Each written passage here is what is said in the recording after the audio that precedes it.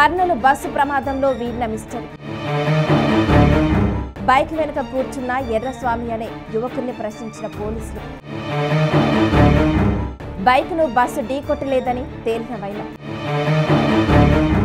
ముందుగా bike skid అయ్యి డివైడర్ను ఢీకొట్టిందని నిర్ధారణ. కింద పన్న బైక్ను బస్సు ఈడ్చుకెళ్లడంతో మంటలు చెలరేగాయి. ప్రమాదంలో 19 మంది మృతి చెందినట్లు హోంమంత్రి ప్రకటన.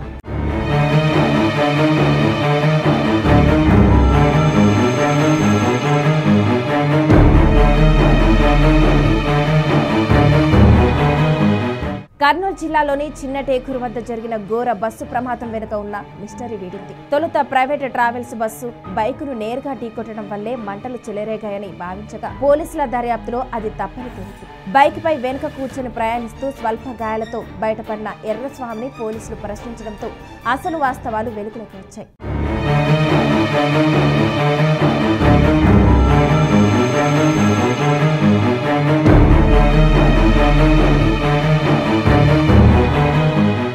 పోలీసులు వెల్లడించిన వివరాల ప్రకారం శివశంకర్, అతని స్నేహితుడు ఎర్రస్వామి ఇద్దరు బైక్ పై లక్ష్మీపురం నుంచి రాత్రి 2 గంటలకు బయలుదేరారు. ఎర్రస్వామిని ఇంటి వద్ద దించేందుకు శివశంకర్ తుగ్గలి బయలుదేరాడు. మార్గం మధ్యలో కియా షోరూం వద్ద ఓ పెట్రోల్ బంక్ లో ఇంధనం నింపుకున్నారు. రోడ్డుపైకి వచ్చిన కొద్దిసేపటికి వారి బైక్ అదుపు తప్పి స్కిడ్ అయింది. వేగంగా కుడివైపున ఉన్న డివైడర్ ను ఢీకొట్టడంతో ఇద్దరు కింద పడిపోయారు. ఈ ఘటనలో తీవ్ర గాయాల పాలైన శివశంకర్ అక్కడికక్కడే మృతి చెందాడు. స్వల్ప గాయాలైన ఎర్రస్వామి రోడ్డుపై ఎగిరిపడిన తన స్నేహితుడిని రోడ్డు మధ్యలో ఉన్న బైక్ ను పక్కకి తీయాలని అనుకున్నాడు.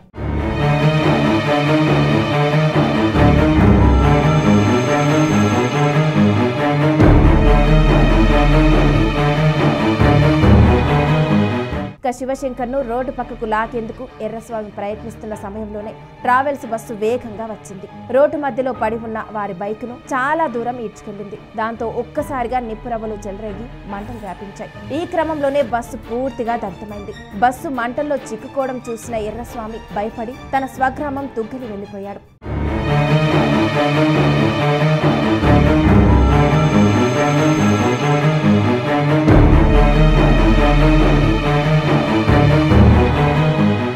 కాగా ఈ ఘోర దుర్ఘటనలో 19 మంది ప్రయాణికులు సజీవ దహనమైనట్లు రాష్ట్ర హోంమంత్రి అనిత నిన్న ప్రకటించిన విషయం తెలిసిందే. మొదట ఇది రోడ్డు ప్రమాదంగా భావించిన ఎర్రస్వామి వాగ్మూలంతో ప్రమాదానికి దారితీసిన పరిస్థితులపై స్పష్టత వచ్చింది.